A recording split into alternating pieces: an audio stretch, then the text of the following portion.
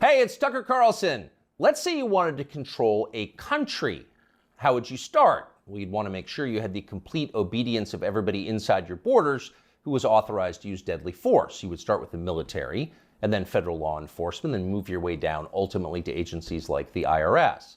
Controlling the guns would be a top priority for you if you ever wanted to go dictatorial, if you wanted to be baby doc. But let's say you had deeper ambitions. Let's say you wanted the power not simply to control people's behavior, but to control how they think, not just their bodies, but their minds, as a god would. In that case, you need to take charge of the society's taboos. A taboo is something that by popular consensus is not allowed. A taboo may not be illegal, but it doesn't need to be. Over time, social prohibitions are more powerful and more enduring than laws. Societies are defined by what they will not permit, as are famously religions. Muslims don't eat pork, neither do Orthodox Jews. Traditional Christians oppose extramarital sex. The Amish avoid electricity, and so on. American society isn't overtly religious, but it's governed by taboos, and it always has been. What's interesting is how fast our taboos are changing. This is not happening organically. What we're allowed to dislike is being dictated to us from above, sometimes by force. Until fairly recently, for example, it was taboo in this country to attack people on the basis of their race. That was the main lesson of the Second World War, we were told again and again. The one thing we learned from the Nazis is that it's dangerous to reduce human beings to their genetic code. There is no master race. That made sense, but apparently we no longer believe it. Punishing people based on their skin color is not only permitted in modern America, it is mandatory throughout business and government and higher education, as long as the victims are white. At one time, that would have been unimaginable. So with the current behavior of our politicians. As recently as the 1992 presidential campaign, adultery was considered disqualifying for anyone seeking higher office. Bill Clinton was very nearly derailed in the New Hampshire primary by his affair with Jennifer Flowers. Clinton went to elaborate lengths to lie about the relationship because he had no choice. But he was the last presidential candidate who had to meet this standard. By 2008, it was obvious to anybody who was paying attention that Barack Obama had a strange and highly creepy personal life. Yet nobody ever asked him about it. By that point, a leader's behavior within his own marriage, the core relationship of his life, had been declared irrelevant. It was Barack Obama's business, not yours. One by one, with increasing speed, our old taboos have been struck down. Those that remain have lost their moral force. Stealing, flaunting your wealth, striking women, smoking marijuana on the street, shameless public hypocrisy, taking other people's money for not working. All of these things used to be considered unacceptable in America, not anymore. So it probably shouldn't surprise us that the greatest taboo of all is teetering on the edge of acceptability: child molestation.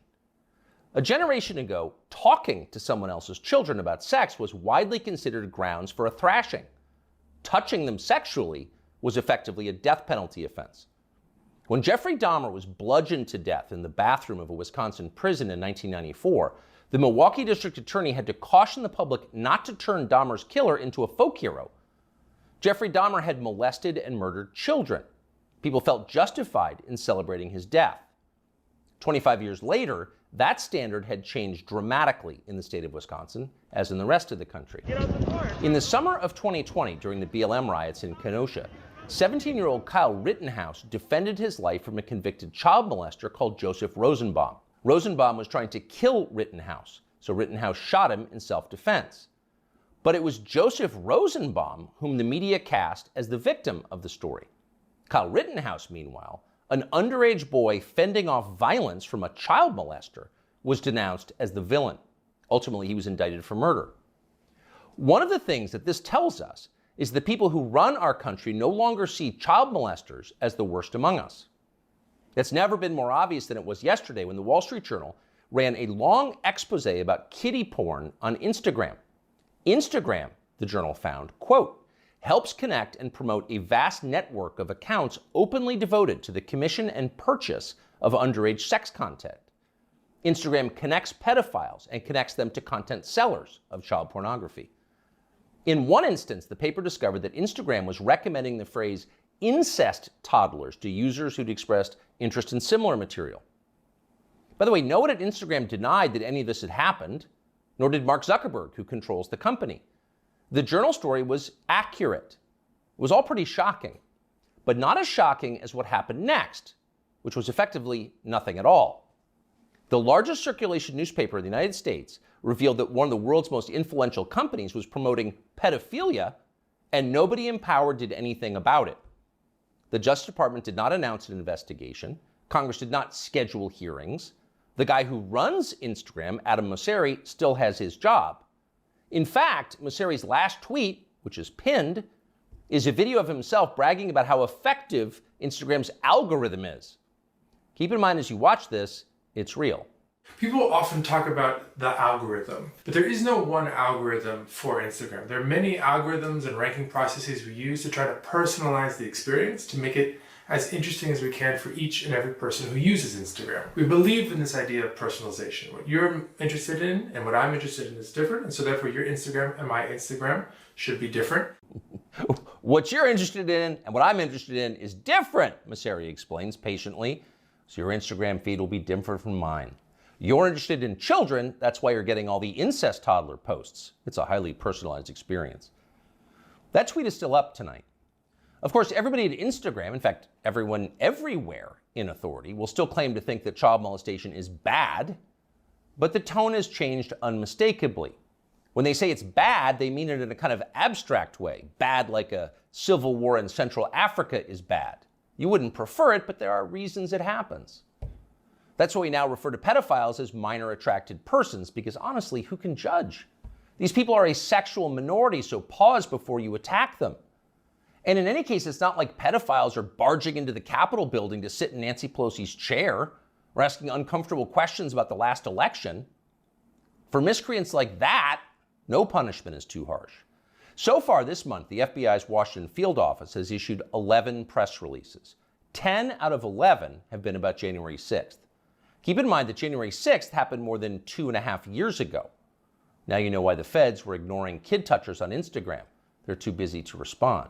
They've got much more important things to do, like finding white supremacists.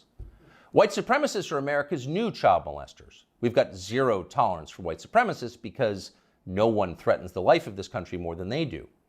Here's Joe Biden once again making that very clear last month. To stand up against the poison of white supremacy, as I did my inaugural address, to single out as the most dangerous terrorist threat to our homeland is white supremacy.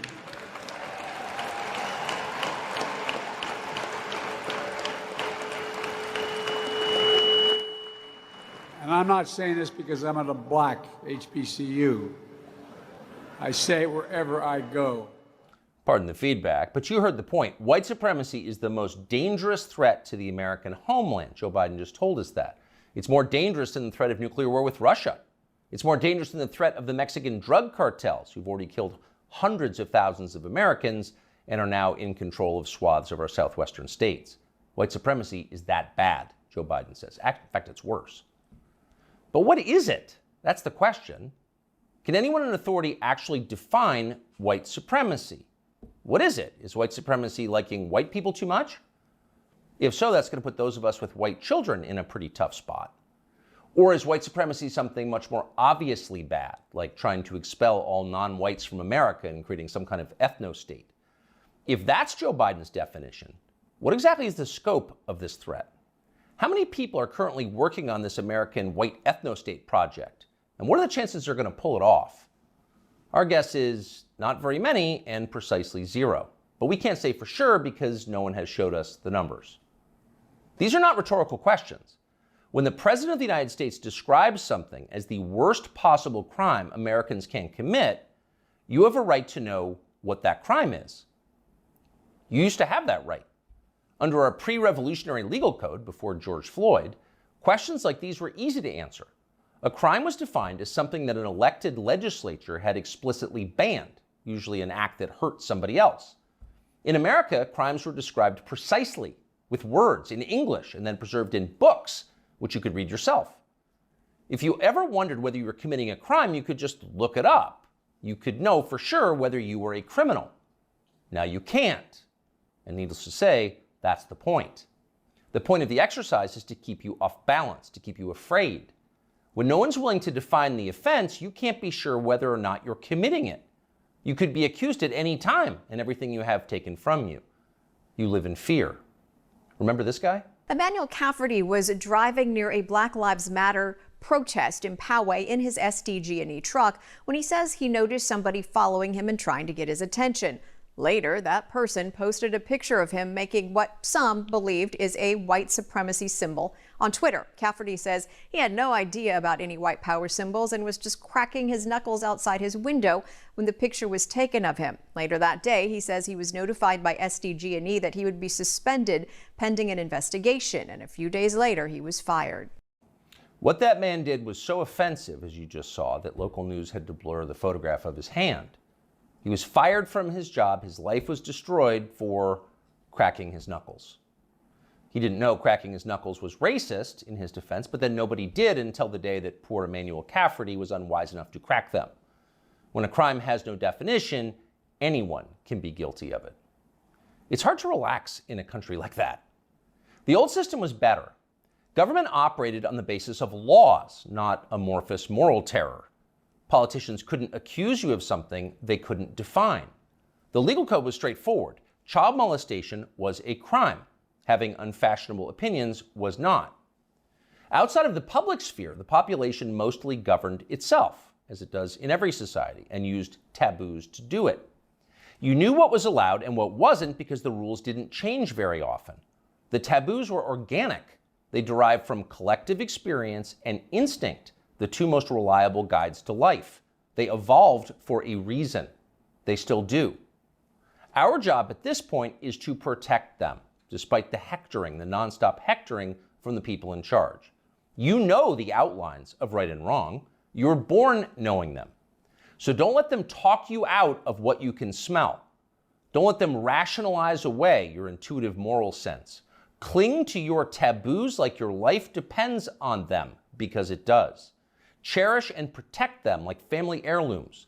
That's exactly what they are.